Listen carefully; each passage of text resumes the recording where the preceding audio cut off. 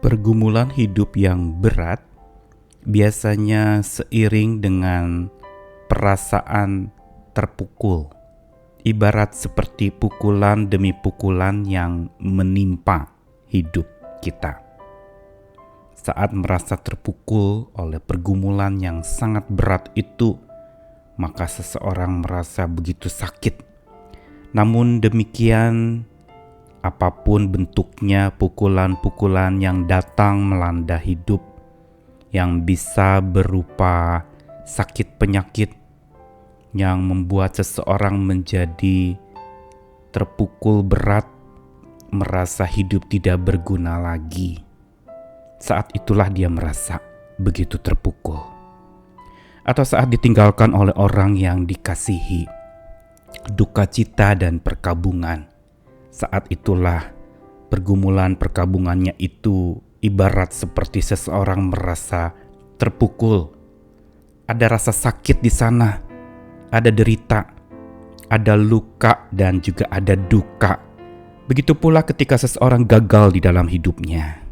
Hancur-hancuran, habis-habisan, hartanya ludes, bangkrut, tertimpa musibah.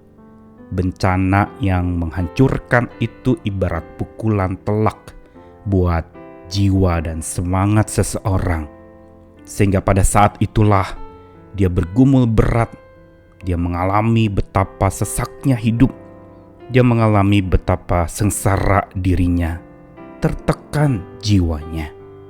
Dan pukulan demi pukulan yang bisa saja menimpa hidup setiap orang percaya juga sesungguhnya adalah pukulan-pukulan yang seringkali Tuhan izinkan untuk mendewasakan seseorang.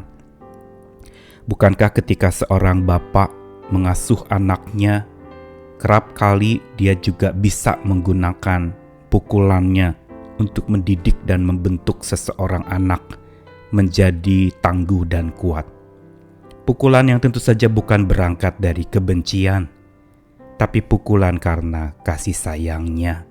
Lalu bagaimana dengan pukulan-pukulan Tuhan yang diderita oleh hamba-hambanya?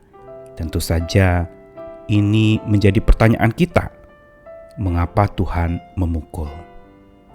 Tetapi sabda Tuhan mengajarkan kita bahwa saat Tuhan memukul, Dia sesungguhnya juga menyediakan rangkulan buat setiap orang yang mengalami pukulan-pukulan itu.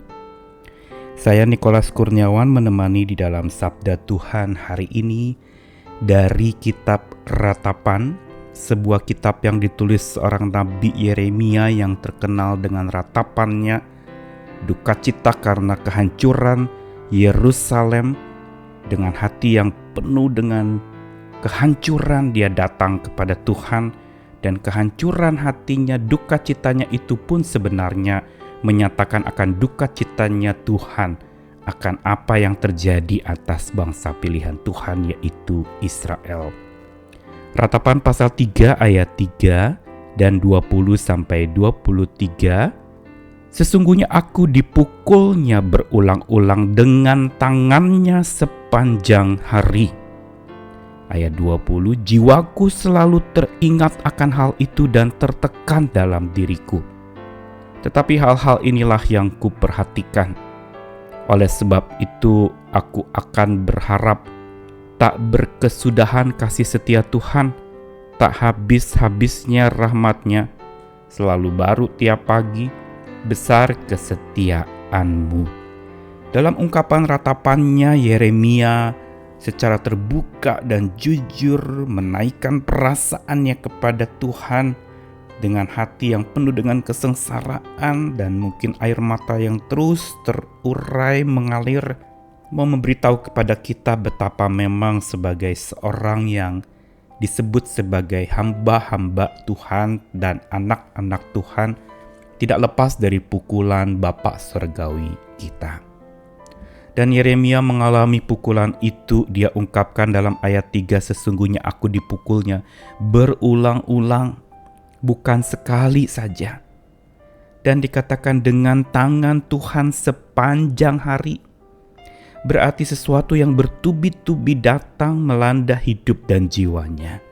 Kata dipukul Tuhan dengan tangannya, ini kalau mau ditafsirkan menunjukkan Tuhan membalikkan tangannya menentang Yeremia.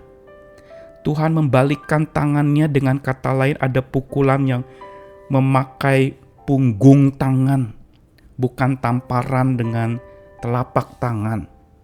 Dan ini merupakan sebuah pukulan yang sangat menyakitkan bagi seseorang. Disitulah kita lihat panjang lebar mulai dari ayat 1 ratapan pasal 3, ayat 1 sampai yang ke-20. Panjang lebar Yeremia mengungkapkan segala macam unek-uneknya, perasaannya, duka citanya, sakit hatinya kepada Tuhan. Tetapi ada titik balik yang terjadi di dalam ratapan pasal 3 ini, ketika ayat 20 dan 21 dituliskan, jiwaku selalu teringat akan hal itu, akan pukulan-pukulan Tuhan itu, dan aku tertekan dalam diriku. Namun ayat 21 ini menjadi titik balik Yeremia.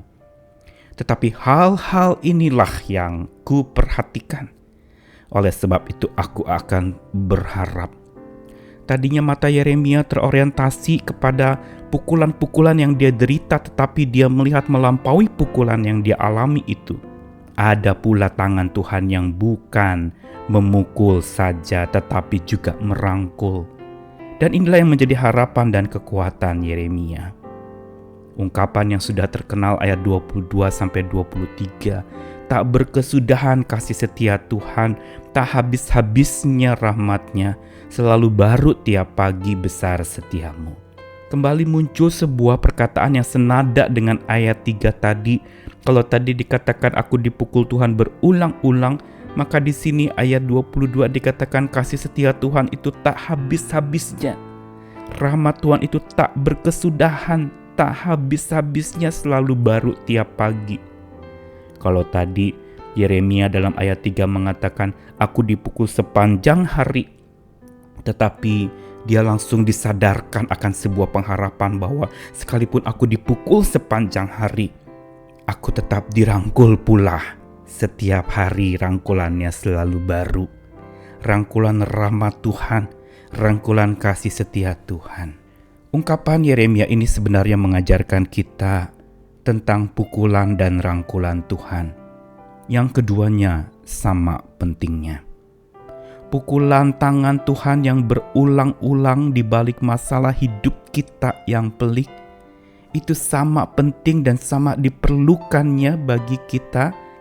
Artinya adalah bahwa ketika Tuhan memukul kita dengan tegurannya, Dia juga merangkul kita dengan rahmat-Nya yang tidak habis-habisnya. Rangkulannya memeluk kita sepanjang hidup. Dan ini juga imbang dengan pukulan tangan Tuhan yang berulang-ulang pula terjadi dalam hidup kita.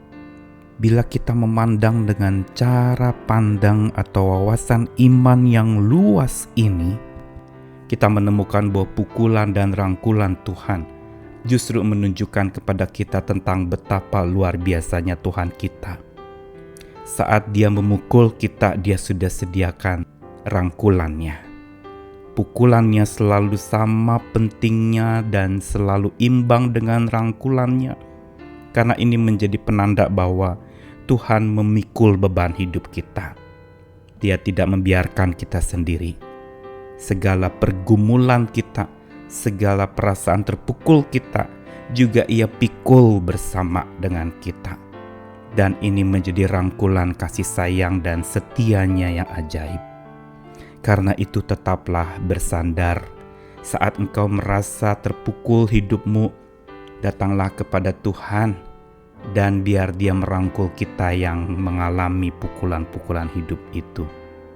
Pukulan tangan Tuhan adalah pukulan yang penuh dengan kasih sayang, sekaligus juga rangkulannya menjadi bukti kasih sayangnya buat semua kita. Selamat bersandar lagi kepadanya. Pukulan dan rangkulannya adalah bukti Dia mau memikul hidup kita. Amin.